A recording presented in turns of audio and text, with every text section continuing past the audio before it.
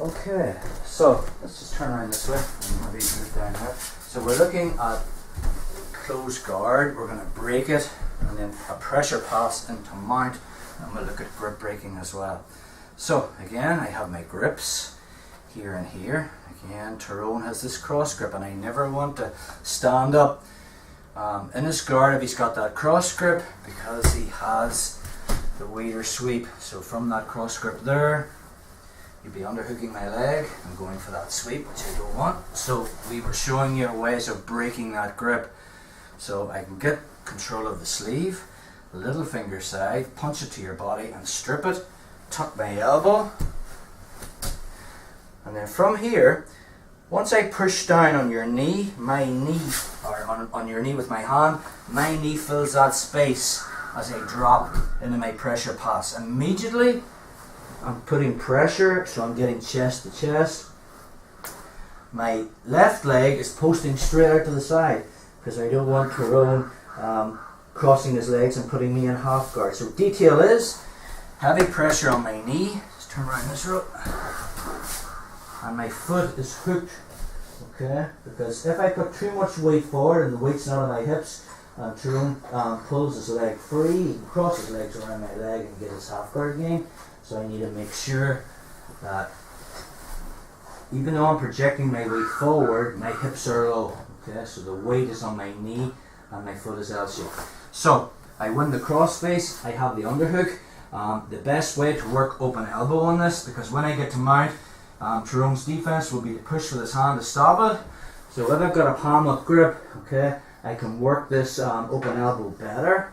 So I'm walking forward, palm up, get my cross grip, underhook grip, I'm ear to ear, and then I'm using shoulder pressure to make him look to his right. My leg is posted out to the side, so again, I'm shelving his leg with my leg across the back of my, across the front of my thigh, so he can't cross his legs and get half guard. And then from here, I weave my leg from behind his legs to in front of his leg, here. Okay, so with my hooks in, I project the weight forward to control his hips, and then I pull my feet into mount. Okay, so again, one more time.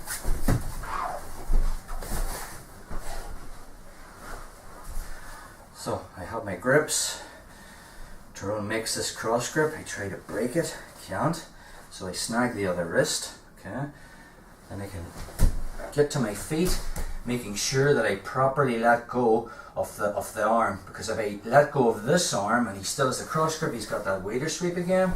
So I need to make sure that if I keep the cross grip, I just tuck and push down. Now the second I push down, my knee fills the space that my hand left behind, okay? So I'm projecting my weight forward and getting upper body control with chest to chest. I'm posting my leg out to the side, okay? And from here, I'm going to win that cross face, and I'm going to win the underhook. Again, a palm up grip is ideal because it gives me the ability to create that open elbow. So I'm driving forward, getting grip to grip, okay? Pulling forward so I have upper body control, but also dropping my hips to make sure that my left knee is heavy and my left foot is L-shaped. Making Tyrone look away from me here, and then from this position I weave my leg, okay, from behind his leg to in front, and I get to this position where I've double hooks in, driving my hips forward, and then I'm going to whip the feet under to the mounted position, okay. Now sometimes what happens is, again there's different layers until this pass, what happens is when I get to here, and I'm nearly mounted and I've got my hooks in here, and I'm making Tyrone, because I'm making him look one particular way, it's going to be very hard. His main defense from here will be to snag me into his half guard. So from this position here, okay, he can only do it on my right leg because I'm making him look this way. Okay, so as I go to do this and get mount already, Tyrone's turning onto his left side, and then he can leg drag and leg hook me into the half guard. Okay, and then he can start to play his game. Switch position somewhere. Have a go at it. So From close guard, he's got his grip to pass, only I made the cross grip. Tries to break it, so he gets this grip, tries to weave this in and strip it, doesn't happen, so he controls this, punches into my gut, leans forward, okay, so he's letting go with his hand to push, tucks that elbow in straight back, and from there, as he pushes down, he's filling that space with his knee and immediately dropping his weight onto me here. His leg's posted out to the side, so he's shelving this, cross face pressure underhook, okay, making me look, okay, to my left, and from there then he's going to weave his leg inside. Now from here, pre-mount, okay, I can maybe snag this out, turn onto my side and have this hooked, okay, and once I get this between my leg I can possibly look for my lockdown, okay, get my underhooks, then I can whip up and come up on top and play old school and stuff, okay, so a way of dealing with that, from this position, he has this cross grip, I try to break it, can't, so you grab the other sleeve,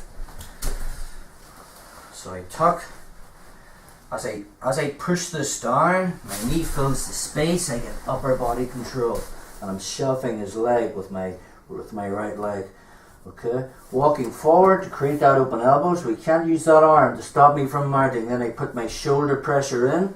Now I know his only option when I mount to here will be to try and snag my right leg, but before he does that, okay, as I go to mount, I feel that he's turning onto the side, I immediately come, okay, and switch my hooks, okay, so from there, as I feel I'm turning onto the side, I can switch my hook, I'm on the ball of my foot, I'm nearly in a knee on belly position here, although my shin is right along his hip line from here. I'm still putting head pressure on him, so he's looking this way, and now Tyrone's on his left side, and he's realised he hasn't hooked my leg. His reaction will be to turn back into me, and when he does, I have the mount.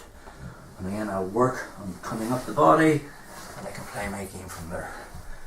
One more time, even though this time.